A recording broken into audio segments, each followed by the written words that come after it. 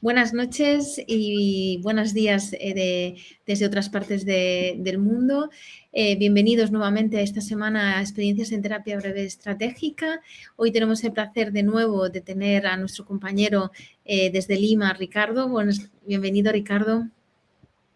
Muchas gracias, María. Es un Gracias gusto a estar ti. aquí contigo.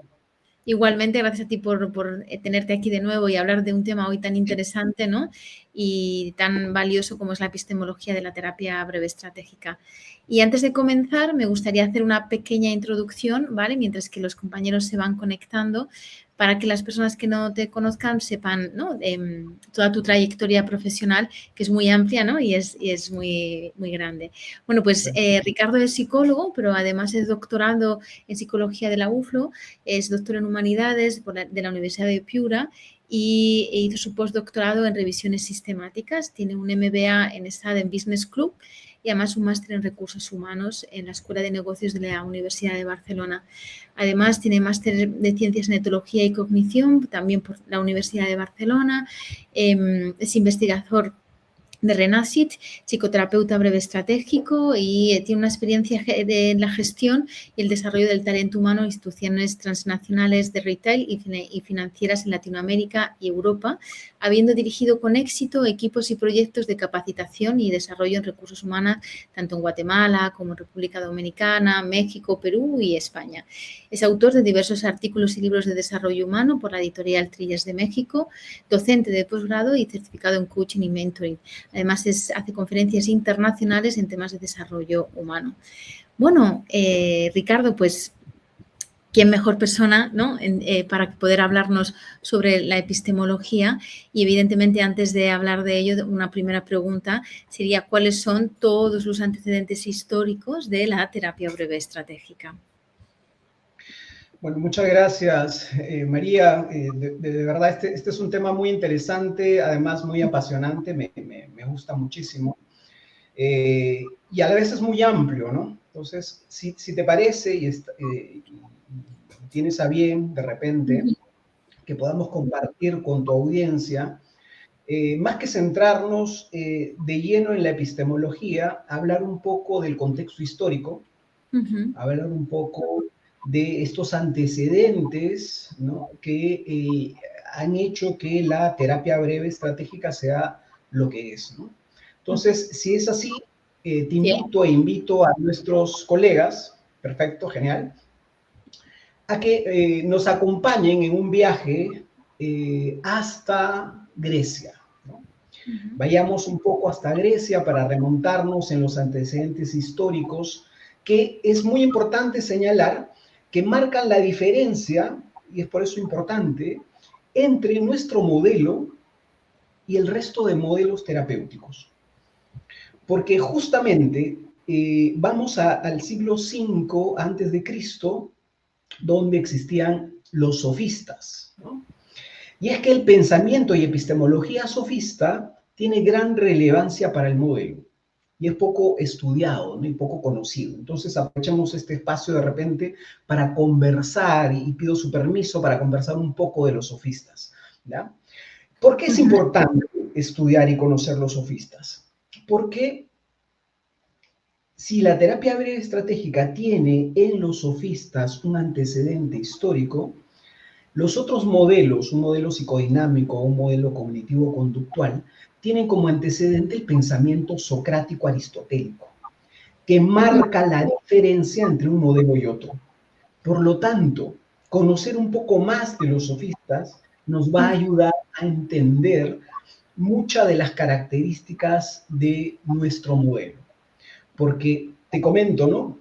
Por un lado, tenemos la parte epistemológica de un modelo, por otro, los fundamentos teóricos y por otro, la praxis clínica. Son como tres ejes, donde este primero, que es la parte epistemológica, es muy importante porque a partir de esta epistemología influye en el conocimiento teórico y en la praxis clínica, en cómo hacemos lo que hacemos, ¿no? Y esta epistemología tiene que ver desde una perspectiva batesoniana en la teoría del conocimiento, ¿no? En cómo tenemos un modelo del mundo, ¿no? Entonces, desde esa perspectiva, viendo un poco a estos sofistas, podemos señalar, por ejemplo, imaginémonos, estamos en la siglo V antes de Cristo. ¿Qué ha ocurrido ahí? Tenemos que los griegos han vencido a los persas. Ha terminado la guerra del Peloponeso, ¿no? Grecia surge, emerge, sobre todo Atenas, emerge victoriosa de ese conflicto, ¿no? Y yendo un poquito antes, para poner en contexto, tenemos que la filosofía griega, antes de la guerra del Peloponeso, en los presocráticos, por ejemplo, era una filosofía de observación de la naturaleza, de observación de los fenómenos que se dan en la naturaleza. El movimiento de los planetas, la luna, etc., ¿no? Entonces, cuando ocurre la guerra del Peloponeso, surge Atenas como victoriosa, ¿no? Y eso atrae a Atenas a una serie de pensadores griegos de distintas ciudades griegas, ¿no?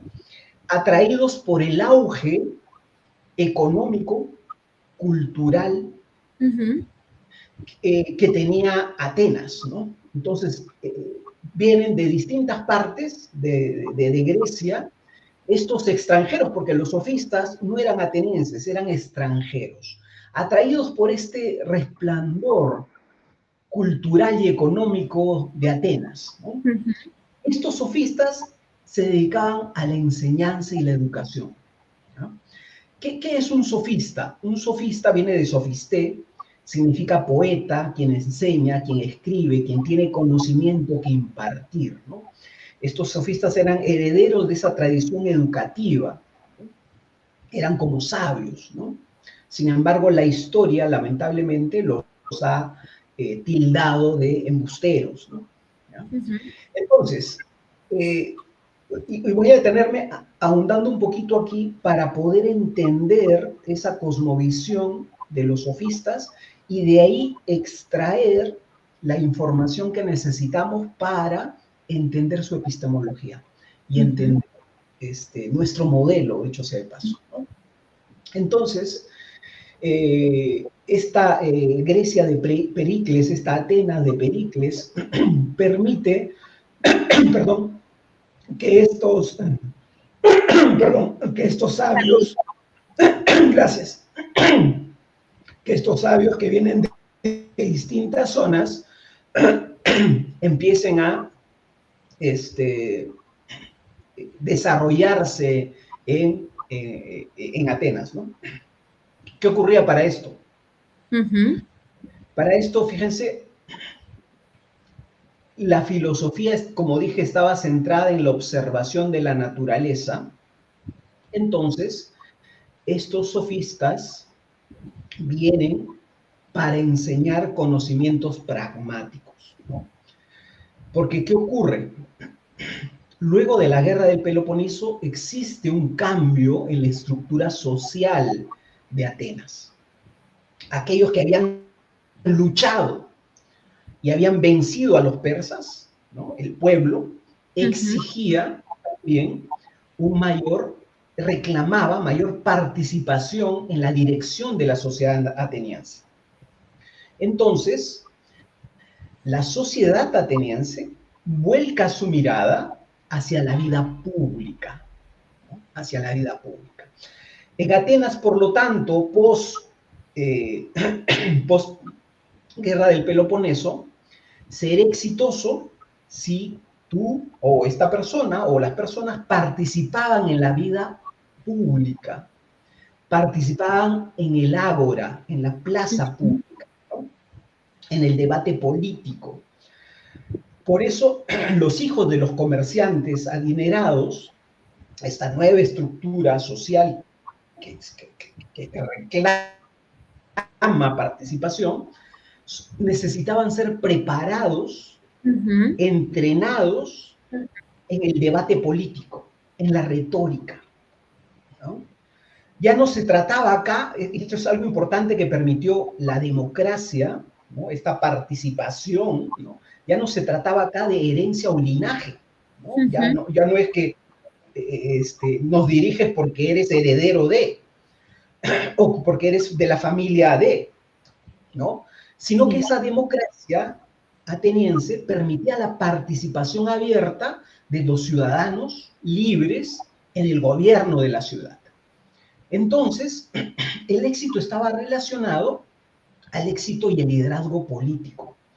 Era importante para eso entonces la retórica, la oratoria, que eran condiciones en ese momento que todo líder debería evidenciar para ser reconocido, aclamado por su pueblo, ¿no? Entonces, tener éxito en el debate, en el ágora, en la plaza pública, era sinónimo de éxito, ¿no?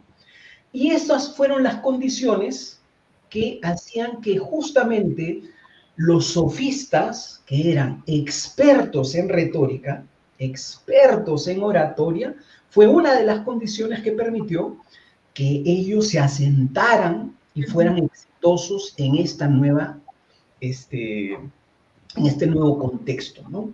Entonces, resumiendo, este contexto de tener las competencias y habilidades necesarias para poder triunfar era importante para poder triunfar en los debates públicos, ¿no? De esta manera alcanzabas la fama. No era un éxito más relacionado con el linaje o la herencia, sino ahora, fíjate, esto es importantísimo, en las capacidades, en el poder de la palabra, las capacidades y el poder de la palabra, en el liderazgo, en la oratoria, capacidad persuasiva, ¿no? Eso es importante ahora en Atenas, y los sofistas eran especialmente hábiles en el manejo retórico. Otro punto importante que permitió el asentamiento sofista fue el sistema educativo, ¿no? El sistema educativo ateniense, a diferencia de otros, ya que además se había desarrollado la democracia, ¿no? Permitía que un ciudadano común pudiera participar de la educación. En otros reinos no, era simplemente, la educación era exclusiva por linaje o por herencia, ¿no? Por estatus. Aquí no. Aquí cualquier hijo de un comerciante o cualquier persona libre podía participar y ser educado del sistema educativo ateniense, ¿no? Entonces, este sistema educativo ateniense se estaba centrando ahora en el desarrollo de las capacidades como mecanismo de ascensión y crecimiento social. Es decir, si uno participaba, se educaba, eso le permitía ascender socialmente, ¿no? Porque ese sistema educativo permitía que todo ciudadano libre pueda inscribir a sus hijos, recibir educación, y esta educación ya no era exclusiva de una élite, como sí ocurría todavía en otros pueblos griegos, ¿no? Los jóvenes, por lo tanto, recibían diversas disciplinas, desde poesía, filosofía, podrían participar en torneos físicos, en el canto, en el teatro, ¿no? Y de esta manera la sociedad ateniense se aseguraba de que todo hombre libre pueda ejercer sus derechos y deberes como ciudadano, siendo educado, ¿no? Entonces, en ese contexto, fíjate, los sofistas adicionalmente ofrecían una educación pragmática, orientada, ¿no? Y centrada en lo pragmático, en la mejora de uno mismo, en el desarrollo de las capacidades. Y eso era importante como medio de crecimiento y ascensión social, ¿no? Entonces, los sofistas han sido precursores de lo que ahora llamamos esta corriente del desarrollo personal, ¿no? Porque ellos fueron uno de los primeros en realizar eso, ¿no? Y estos sofistas daban sus enseñanzas, pues, en plazas públicas, en casas particulares, en locales que alquilaban para enseñar, ¿no? Se convierten de esta forma en los primeros profesionales de la enseñanza, los sofistas, los primeros profesionales de la enseñanza. Y cobraban por sus lecciones, ¿no? Y eran por eso criticados duramente, y ahí viene la crítica que ellos recibían, ¿no? Cierto. Ya que ellos cobraban por enseñar, esto escandalizó a ciertos sectores de la sociedad ateniense, ¿no? Incluso, fíjate, el mismo Sócrates los criticó por aceptar dinero al impartir sus conocimientos. Para el gran Sócrates, consideraba que esto estaba limitando la libertad, ya que la sabiduría para Sócrates era algo que debería ser compartido gratuitamente, libremente, para Sócrates, entre aquellos que uno estima, ¿no? Entonces el conocimiento no debería ser cobrado. Es por eso que empiezan a ganarse enemigos, ¿no? En Atenas, ¿no? En Atenas. Y estos sofistas no dominaban, no solamente dominaban el arte de la persuasión, sino que también usaban la palabra para curar personas, ¿no? Y esto es uno de los primeros usos de la palabra con fines psicoterapéuticos. Y aquí tenemos al gran Antifonte, ¿no? El Antifonte, que es uno de los precursores, uno de los primeros psicoterapeutas, podemos decirlo así, ¿no? Se dice de Antifonte que él consolaba y aliviaba los males mediante la palabra a esos enfermos que padecían de pesar, de tristeza, de aflicción, ¿no? Para Antifonte la palabra era igual que un fármaco, podía curar el alma, el gran Antifonte. Ok, bien, habiendo dicho esto en contexto, ¿cómo es que esto, cuál es la epistemología que estaba detrás de los sofistas? Y cómo eso influye en el modelo, ¿no? Recuerden que al inicio dijimos que los presocráticos se dedicaban un poco a observar la naturaleza, a analizar los fenómenos, ¿no? Y los explicaban a partir de leyes inmutables para ellos, ¿no? Que eran válidos para todos los pueblos y culturas. Había una ley que era inmutable, la ley de la naturaleza. En cambio, para los sofistas, que además, recuerden que eran extranjeros de Atenas, porque ellos eran cosmopolitas, estaban acostumbrados a viajar de un pueblo a otro. ¿Y qué encontraban al viajar de un pueblo a otro? Que las costumbres variaban de un pueblo a otro. No eran inmutables. Entonces se dieron cuenta de eso. No, esto no es así. Esto que es verdad acá es distinto en otro pueblo, ¿no? Entonces, ellos encuentran eso, ¿no?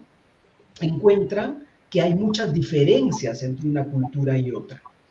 Y ellos entonces realizan una primera distinción. Las leyes de la naturaleza son distintas a las leyes que se aplican a los hombres, ¿no? Y lo hacen desde una posición relativista. Entonces ellos relativizan el orden natural, ¿no? Porque no es así, y hacen otra cosa más. Ponen en la ecuación al observador, al ser humano, como articulador de todo eso, ¿no? Para ellos, ¿no? La realidad es relativa, es relativa, y esto depende más, para ellos, del consenso y acuerdo entre los seres humanos.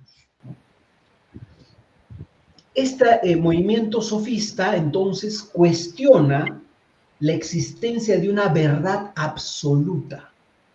A diferencia de los socráticos, ¿no? La epistemología de los sofistas está influenciada por un escepticismo, un relativismo. Desde esta perspectiva es imposible para los sofistas llegar a una verdad absoluta. No es posible para los sofistas también, por ejemplo, tener una certeza absoluta de las cosas. Otra característica de los sofistas es una perspectiva más pragmática. todos los puntos de vista de la realidad para un sofista pueden ser válidos o también pueden ser inválidos. Pueden ser correctos o también pueden ser incorrectos. Porque para su perspectiva no existe una verdad absoluta. Esta es influenciada por distintas circunstancias y condiciones. Entonces, abandonan, a diferencia de los socráticos, la idea de una realidad absoluta e inmutable. Desde esta perspectiva sofista, solo hay una realidad, no hay una realidad absoluta, ¿no?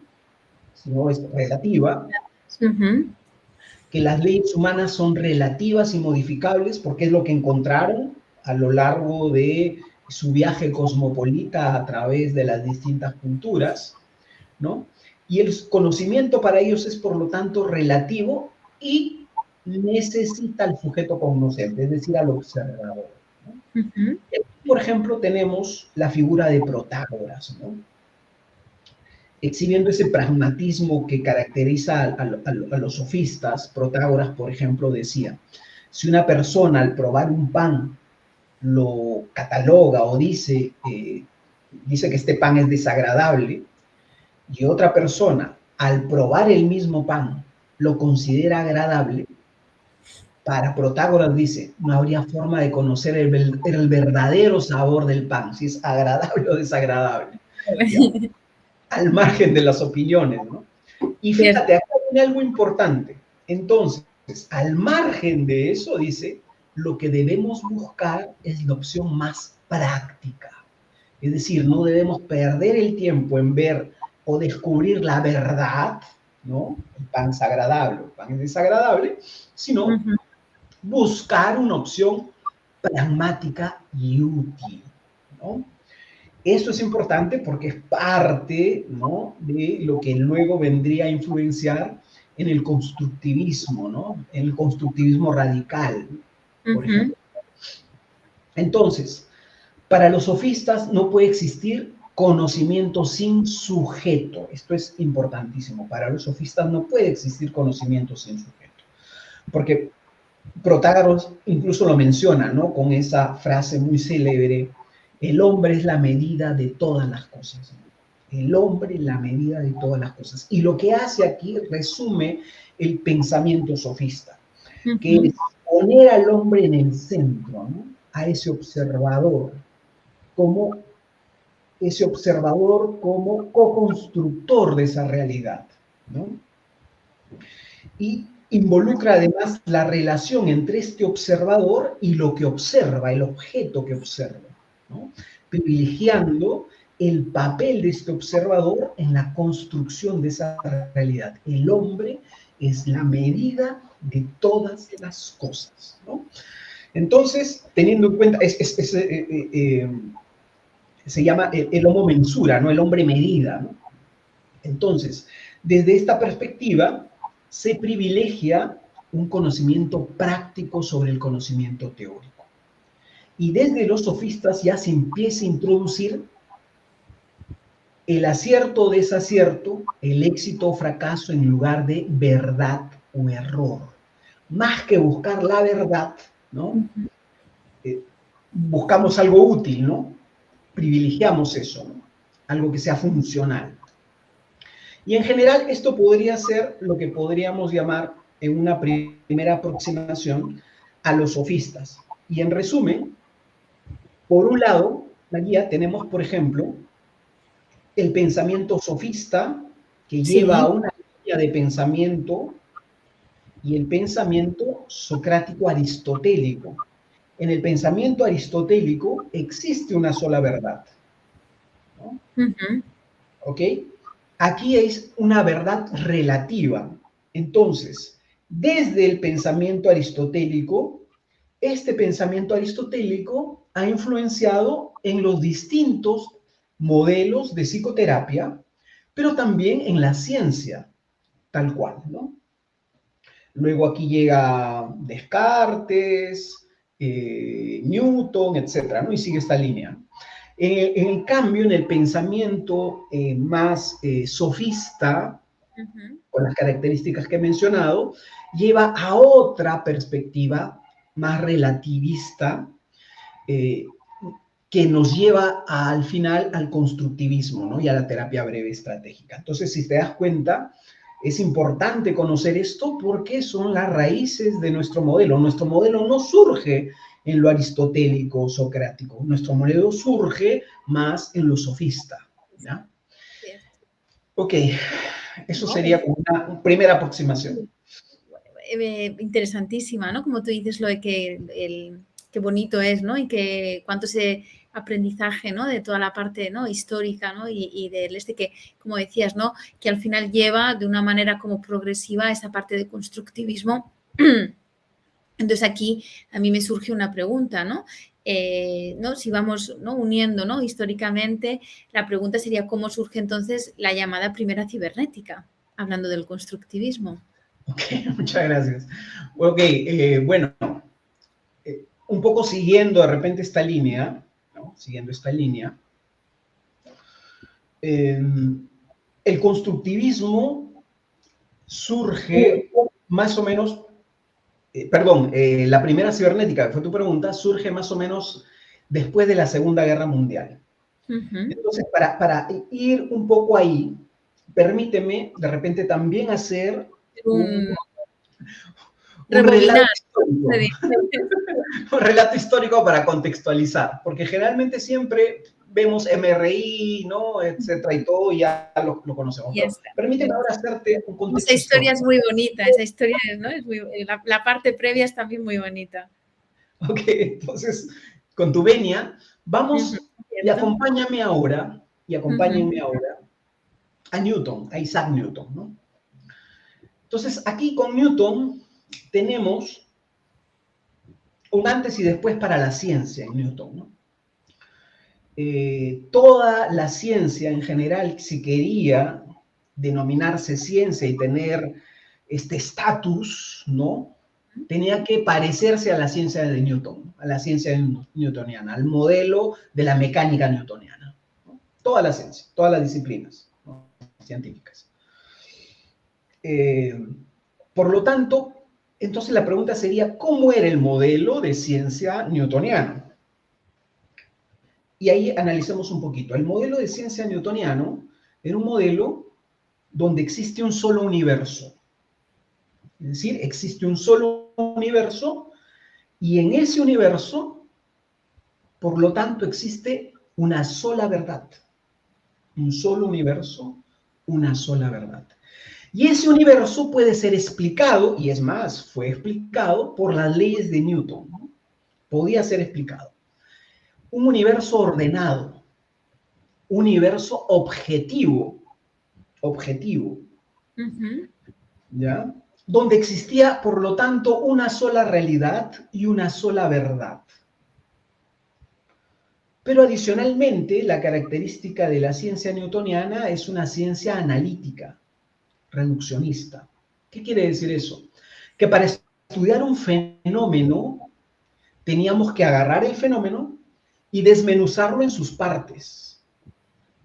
Analizando y estudiando las partes, podíamos tener una idea de la totalidad de ese fenómeno. Podíamos explicar el fenómeno. Es una característica de la ciencia de Newton. Tal es así que, por ejemplo, la microbiología, ¿no? Agarraban un biólogo newtoniano para entender el bosque, iba al bosque, iba un árbol, una rama, una hoja, agarraba la hoja, iba al laboratorio y la ponía en el microscopio. Eso es un ejemplo un poco burdo, pero de ese análisis, de ese reduccionismo newtoniano, ¿no? Otra característica es la causalidad, ¿no? La causalidad y la objetividad son dos aspectos importantísimos a tener en cuenta para la epistemología, ¿no? La causalidad desde la ciencia de Newton es una causalidad lineal o causalidad eficiente. ¿Cómo era esto de la causalidad lineal o eficiente? Por ejemplo, el modelo de Newton también era conocido como mesa de billar. Tenemos una, ¿no? Le dicen igual allá, ¿no? Una mesa de billar, tenemos el palo o taco, las bolitas, y entonces uno golpea, ¿no? y esta bolita avanza determinada distancia proporcional a la fuerza, ¿no? Ese modelo es la causalidad lineal. Una causa, el golpe, y un efecto, el avance de la bola a una determinada distancia proporcional a la fuerza. En el modelo newtoniano nosotros podemos tener certeza, nosotros podemos predecir, por ejemplo, podemos predecir qué distancia va a avanzar esta bola en relación a la fuerza ejercida. Podemos saber, por ejemplo, si tú estás en Madrid, ¿no? Si tú tomas un auto, imagínate terminando esta conversación tan interesante contigo, tomas un auto y a determinada velocidad, en determinado camino y determinada distancia, podemos saber dónde has llegado, si has llegado a Zaragoza o si te has ido hacia Sevilla, ¿no? Entonces podemos definirlo, podemos identificarlo, podemos calcularlo, podemos predecirlo. Si mañana haces exactamente lo mismo, nos va a salir el mismo resultado, ¿no? Es reproducible, ¿no? Un experimento. Esas son las características de la ciencia de Newton: medible, reproducible, predecible, un mundo ordenado, objetivo, ¿no? Etcétera. Pero ¿qué ocurre luego de Newton? La propia física empieza a evolucionar. La propia física empieza a dejar de ver el mundo, los planetas, la luna, para centrarse en el mundo del átomo. Y es donde surge la física del átomo. Y ahí surge el cuestionamiento, empieza a surgir el cuestionamiento del modelo newtoniano. Para ser un poco más corto y ya llegar a la primera cibernética, comentarte, por ejemplo, este principio realizado por un físico, que es el principio de incertidumbre de Heisenberg, ¿no? Heisenberg, al igual que de repente que quiso hacer lo que se hacía con los presupuestos newtonianos, ¿no? Agarró un átomo y de repente, bueno, vamos a hacer el experimento, vamos a ver dónde se encuentra este átomo, ¿no? Lanza el átomo y este átomo, vamos a ver si este átomo debe estar aquí, en este lugar, a determinada distancia, ¿no? Hace sus cálculos, pero de repente se da cuenta que los cálculos de la física newtoniana erraban. No, aquí no estaba el átomo. ¿Cómo puede ser posible? Pues si en el mundo macro esto funciona, vuelve a hacer su experimento y no lo encuentra, ¿no? No encuentra aquí, no encuentra allá, no encuentra acá, y de repente ese átomo podía estar en cualquier lugar, menos en el lugar que Heisenberg decía que iba a estar, ¿no? Entonces, era imposible, ¿no?, conocer la posición de una partícula, ¿no?, por más que sepa los datos, la velocidad, etcétera, no podía, ¿no? Distinto a lo que pasaba en el mundo newtoniano, donde podemos saber si María sale en media hora a determinada distancia, dónde va a estar, en qué camino, y podemos decir exactamente dónde va a estar, ¿no? Eso no era posible a nivel atómico, ¿no? Entonces, desde esa perspectiva, desde este principio, de este experimento y el principio de incertidumbre de Heisenberg, se empieza a cuestionar, ¿no?, a cuestionar estos presupuestos newtonianos, ¿no? Desde la física de Newton, nuevamente, nosotros podemos asumir que conociendo las variables podemos predecir exactamente las cosas y nos da orden. En este mundo atómico eso no ocurre, ¿no? El conocimiento ahí no es exacto, ¿no?, en el mundo atómico. Y eso tiene gran implicancia para esta idea de ciencia, ¿no? Porque empieza a introducir una nueva visión de realidad, ¿no?, donde las probabilidades empiezan a entrar en juego, ¿no? Esto tiene gran implicancia a nivel epistemológico, ¿no?, porque el observador empieza a tener mayor participación en el fenómeno. Porque, dicho sea de paso, en el modelo newtoniano existe el universo, pero el observador está fuera de la ecuación. ese universo existe independiente del observador, ¿ya? O sea, todas las cosas que están ahí en tu computadora van a seguir existiendo independiente de ti. Bien. De este modo. Pero lo que empieza a cuestionarse con Heisenberg es eso, ¿no? ¿Ya? La participación del observador en este mundo cuántico o atómico es mayor que en el mundo newtoniano. Y otro experimento es el gato de Schrödinger, ¿no? Han escuchado seguramente de eso, ¿no? Schrödinger era un físico también que hace un experimento mental. Dice, ¿no? Imaginemos que tenemos una caja y en esta caja ponemos un elemento radioactivo. Pues un elemento radioactivo que puede matar a cualquier ser vivo dentro de la caja. ¿Ya? Entonces pone la caja, pone el elemento radioactivo.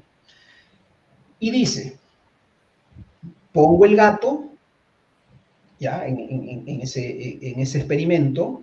Esto, dicho sea de paso, se da en el mundo cuántico, no en el mundo newtoniano. Es un experimento que se da en el mundo cuántico. En el mundo cuántico, Schrödinger pone la caja, pone su gatito y ahí hay un elemento radioactivo. En ese mundo cuántico, si Schrödinger regresa, abre la caja, encuentra el gato muerto. ¿Ok? Cierra la caja, viene más tarde, abre la caja y encuentra el gato vivo, ¿no? ¿Cómo es eso? En el mundo newtoniano, en este mundo en el que estamos, solo hay una opción. Si nosotros ponemos el elemento radioactivo y el gatito, solo nos va a dar un resultado. Y el resultado es nuestro gatito muerto, ¿ya? Pero eso no ocurre en el mundo atómico. En el mundo atómico, estimada María y estimados oyentes, el gato está vivo y muerto al mismo tiempo. El gato está vivo y muerto al mismo tiempo. Pero ¿cómo algo puede estar vivo o muerto al mismo tiempo? Y es que eso es lo que ocurre en ese mundo atómico. Rompe nuestra lógica. Rompe nuestra lógica aristotélica, nuestra lógica ordinaria. En el mundo nuestro, algo es blanco o negro. No hay otra opción. Hay un principio de la lógica aristotélica de identidad, de tercero excluido, etc., ¿no? Que le da orden a nuestra concepción de la realidad. Pero eso no ocurre en el mundo atómico. Y eso llevó a que, por ejemplo, el gran Einstein diga, no creo que Dios esté jugando a los dados, ¿no? En clara alusión a la aleatoriedad que existía, que estaban descubriendo ellos en este mundo cuántico, ¿no? Entonces, ¿a qué nos lleva esto como conclusión? De que el observador influye en lo que observa. En ese mundo cuántico, el observador es pieza importante y fundamental en la construcción de la realidad. En la construcción de la realidad. La realidad en ese contexto no se revela hasta que es observada. Por lo tanto, el observador co-crea lo observado. Esto nos lleva a otra forma de causalidad, que es la causalidad que tienen los sistemas vivos, y es la causalidad circular, que ya hablaremos de repente luego de eso, ¿no? Entonces, ¿qué ocurre? Empieza a cuestionarse los principios de la ciencia de Newton, se empiezan a cuestionar, ¿no? Empiezan a surgir nuevos presupuestos epistemológicos. Surge, por ejemplo, esto es parte del constructivismo, ¿no? Y es así que en 1928, un biólogo llamado Ludwig von Bertalanffy plantea su famosa teoría general de los sistemas. Cuando Bertalanffy plantea su teoría general de los sistemas, lo que busca es un lenguaje común, transversal para distintas disciplinas, ¿ya? Y plantea una serie de principios que pueden ser aplicados a las distintas disciplinas, plantea unificar la ciencia a partir de un lenguaje común. Eso es un poco los objetivos de Bertalanffy, ¿ya? Pero Bertalanffy no es tomado en cuenta, es más bien excluido de eso, y no es hasta después, perdón, hasta la Segunda Guerra Mundial, donde surge, en esta Segunda Guerra Mundial, pues los aliados, ¿no? Contra los nazis estaban luchando y querían ganar la guerra, y es ahí donde surgen los planteamientos, ¿no? Surge desde la balística de Norbert Wiener, ¿no? Quien plantea la cibernética, ¿no? La cibernética de Wiener. Y si hacemos un paralelismo entonces, tenemos la Segunda Guerra Mundial, podríamos decir que Hiroshima es el punto de quiebre, ¿ya? Y previo a eso, tenemos un mundo dominado por una epistemología del objeto, una epistemología basada en una objetividad absoluta, una sola realidad, y una causalidad eficiente o causalidad lineal, ¿no? Que eran las características de esta ciencia newtoniana. Y a partir de acá surge más bien una orientación después de Hiroshima, que hace un quiebre, una orientación hacia lo vivo, ¿no? Con Hiroshima hacemos un quiebre de esta ciencia para pasar a esta otra. Surge la orientación de la ciencia hacia lo vivo, hacia el organismo, ¿no?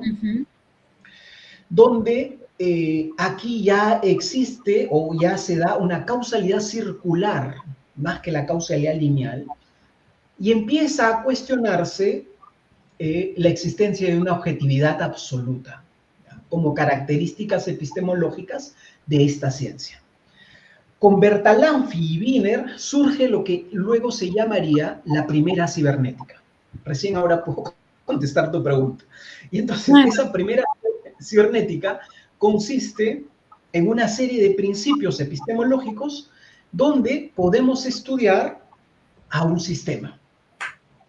El observador está fuera del sistema, como fuera del sistema, observando el sistema, y sabe que ese sistema tiene ciertos principios, ¿no? Rápidamente, por ejemplo, podría decirte, Wiener plantea una serie de principios, el sistema, por ejemplo, sistema, ¿qué es un sistema? ¿No? Para Wiener un sistema, conjunto de elementos en interacción o interdependencia dinámica, ¿no? Y hay dos tipos de sistema para Wiener, sistema abierto, sistema cerrado. Y sistema abierto va a ser todos los seres vivos, sistema cerrado, los sistemas físicos, ¿no? Pero veamos, ¿cuál es la principal influencia de esta primera cibernética? Y ya de repente, lástima, podríamos hablar de repente en otro momento un poco más, ¿ya? Sí, pero como esto es una segunda parte de epistemología. Esto es muy amplio. Entonces, ¿qué hay aquí? ¿Cuál es la influencia de esto? Que no podemos, y lo dijo Bateson, ¿no? No es lo mismo patear una piedra que patear un perro. Por si acaso lo dijo en los años 50, ¿eh? No es lo mismo patear una piedra que patear un perro. En clara alusión a hacer una distinción entre la lógica de los sistemas físicos y la lógica de los sistemas vivos, de un sistema cerrado y un sistema abierto. No es lo mismo. ¿Y por qué lo dijo Bateson en aquella época?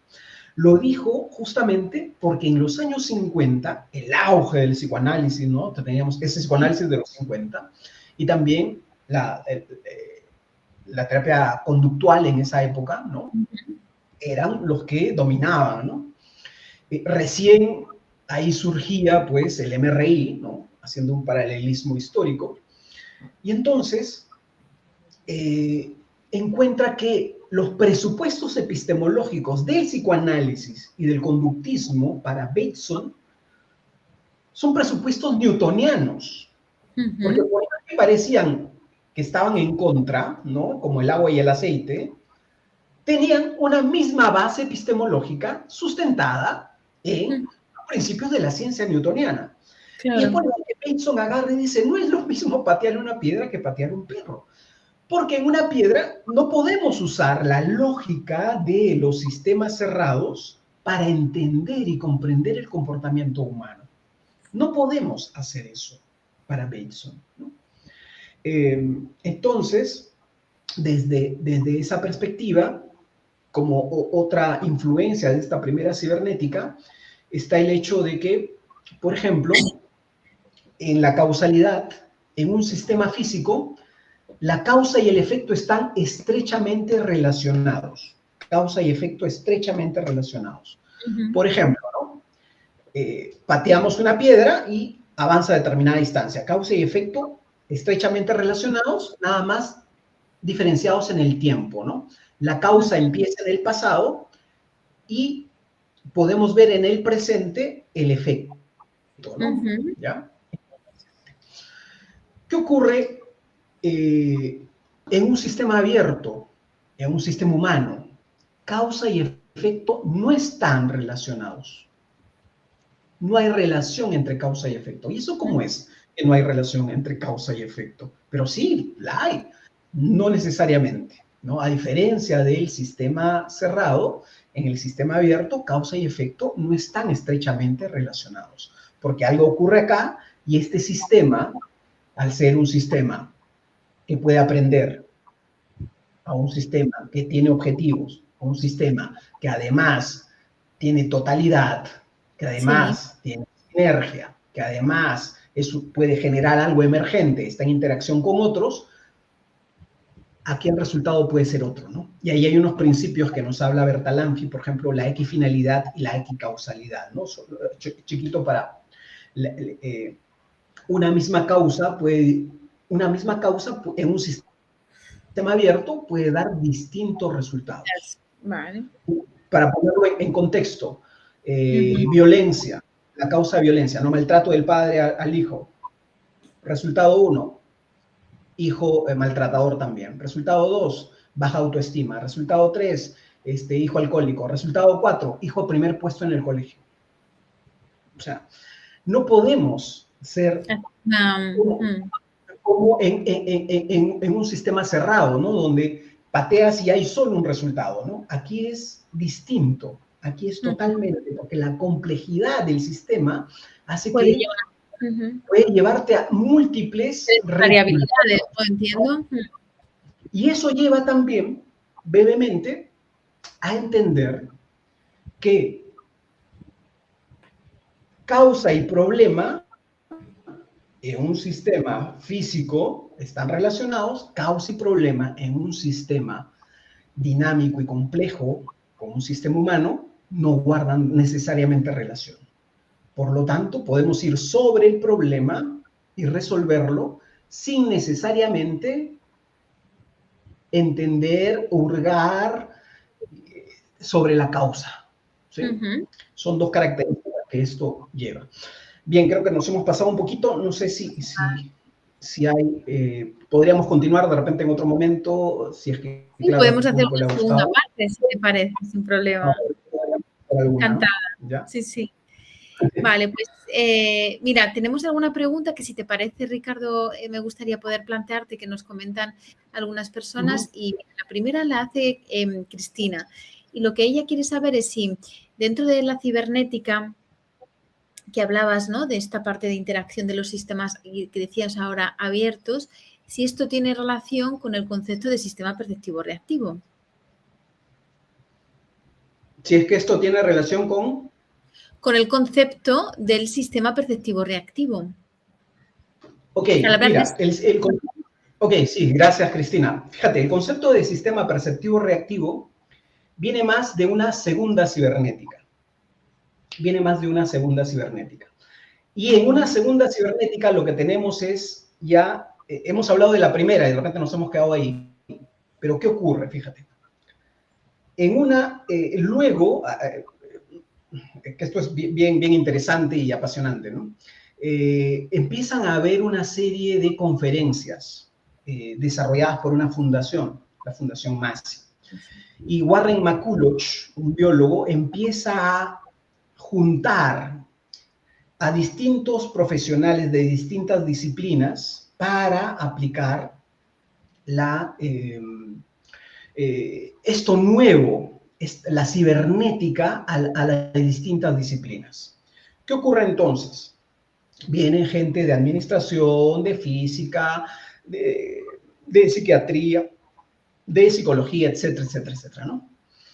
Y luego, estas conferencias se van dando, van creándose un cuerpo de conocimiento, y más o menos por los años 60, Margaret Mead plantea lo que podría ser después llamado cibernética de la cibernética, ¿no? O cibernética de segundo orden, cibernética de los sistemas que se observan a sí mismos. En ese contexto de esta cibernética de los sistemas que se observan a sí mismos, es que surge este concepto de sistema perceptivo reactivo que viene de la epistemología de Maturana. Humberto Maturana, un biólogo chileno, ¿ya? Muy importante, empieza a desarrollar una serie de conceptos, ¿no? Donde ya esto lleva a la existencia de planteamientos como este que son tomados por nuestro modelo. Ese sería en ese contexto más bien. Ok. Vale, bien, pues mira, tenemos otra pregunta de Daniel que dice, te saluda y además dice, ¿qué bibliografía nos recomienda para aprender sobre la cibernética de primer y segundo orden? Ok, yo puedo enviarte bibliografía, si te parece, ¿ya? Pero ahora, para decirla, por ejemplo, la teoría general de los sistemas, libro Teoría General de los Sistemas, de Ludwig von Bertalanffy, ese es un clásico para conocer sobre la teoría general de los sistemas, y eso es un libro muy, muy importante. Después hay otros libros que tienen que ver también con ese planteamiento y muchos, fíjate, muchos artículos también, ¿no? Muchos artículos que los puedes encontrar libres en buscadores, ¿no? Como Cielo, Dialnet, etc. Hay artículos que tengan que ver con teoría general de los sistemas, lo pones, cibernética, y te van a salir, ¿no? También te sugiero libros como el de Maturana, ¿no? Por ejemplo, ¿no? Aunque para Maturana, obviamente, lo que pasa es que Maturana, cuando uno lo lee, no es tan fácil de digerir. Pero le vas dando, y yo creo que ahí vas a poder tener un panorama así mucho más amplio de esto. Bien. Ok, bien, vale. María, muchas gracias. Nada, gracias a ti. Y bueno, pues Ricardo, quería simplemente hacer un último comentario que ha hecho una persona, Alessio, que dice, cuando hablabas de los sofistas, que dice, pero hay que decir que aunque eran indudablemente maestros de la retórica, no de la comunicación, los sofistas fueron muy criticados, ¿no? Como manipuladores del lenguaje, capaces de defender cualquier tesis, incluso falsa, solo para ganar una disputa retórica, ¿no? Comentaba él, ¿no? En relación a lo que tú comentabas, de cierta forma, ¿no? Y en ese comentario, fíjate, y agradezco el comentario, fíjate, fue Platón quien, a partir de él, que empieza esta mala fama de los sofistas, ¿no? Como embusteros, como mentirosos, ¿no? Entonces, toda la historia, imagínate, desde el siglo ya 3 que dijeron esto con Platón, hasta la actualidad los sofistas han sido vistos de muy mala manera, ¿no? Sin embargo, para esta ciencia de la modernidad, cuando surge el constructivismo, nos empezamos a dar cuenta que aquellos planteamientos de aquellas personas que habían sido un poco proscritas, como no importa qué haces para ganar, ¿no? El debate y etcétera, y vistos como mentirosos y embusteros, nos damos cuenta que mucho de lo que planteaban tiene mucho, mucho, mucho que aportar a nuestra ciencia, ¿no? Y desde ahí, eso es lo bueno de los sofistas, ¿no? Obviamente, siempre es importante también tener en cuenta todos los aspectos, ¿no? como las críticas que podrían tener. Totalmente. Muy bien, Ricardo, pues yo creo que deberíamos de hacer una segunda parte, ¿no? Porque se han quedado algunas cosas, ¿no? De hablar, de profundizar y a mí, bueno, me parece un tema interesantísimo. Creo que es de vital, ¿no? Poder, cuando uno aplica el modelo, saber de dónde vienes para, ¿no? De alguna forma darle un contexto y una mejor, ¿no? Conocimiento profundo de lo que estamos haciendo y de cómo trabajamos. Así que nada, te invito si quieres a después del verano que podamos tener otra charla y poder seguir conversando sobre ello. Perfecto, con mucho gusto, si es que así lo desean, con mucho gusto podemos conversar y seguir hablando sobre este tema tan apasionante como es la epistemología. Cierto. Bueno, pues que estés muy bien, que allí en Lima, y un saludo para todos los que nos están escuchando y los que posteriormente nos puedan ver desde otras plataformas como YouTube. Un abrazo, espero que estéis bien y Ricardo, nos vemos pronto, ¿de acuerdo? Nos vemos también, un fuerte abrazo, muchas gracias por el espacio, gracias a ti y a todos los que nos han seguido y los que nos verán luego. Un fuerte abrazo, gracias. Gracias, un fuerte abrazo a todos, hasta luego. Chao. Chao.